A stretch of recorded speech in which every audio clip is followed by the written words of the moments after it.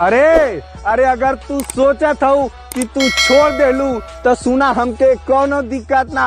और ये तोरी माँ के तो हम जौने के तू वीडियो कॉल पे खोल खोल के दिखावत हूँ ना, तू हमही से कहते है कि बिया कहा तब पूरा खोलवा दे। हम कहीं खोलवा दे बेटा, कोनो दिक्कत ना।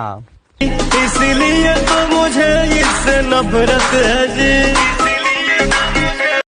अरे अरे दिल में रख लू हमरा के, अब डीपी में अपने सैया के।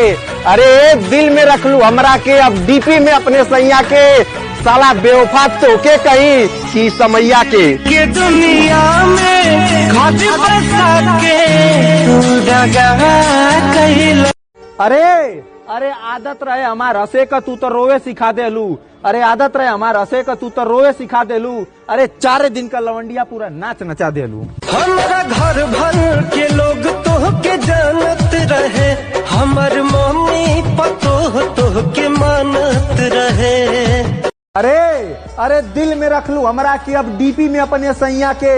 अरे दिल में रख लू हमरा की, अब डीपी में अपने सैया के। साला बेवफा तो के कहीं की समैया के। सबसे पवले बाड़ू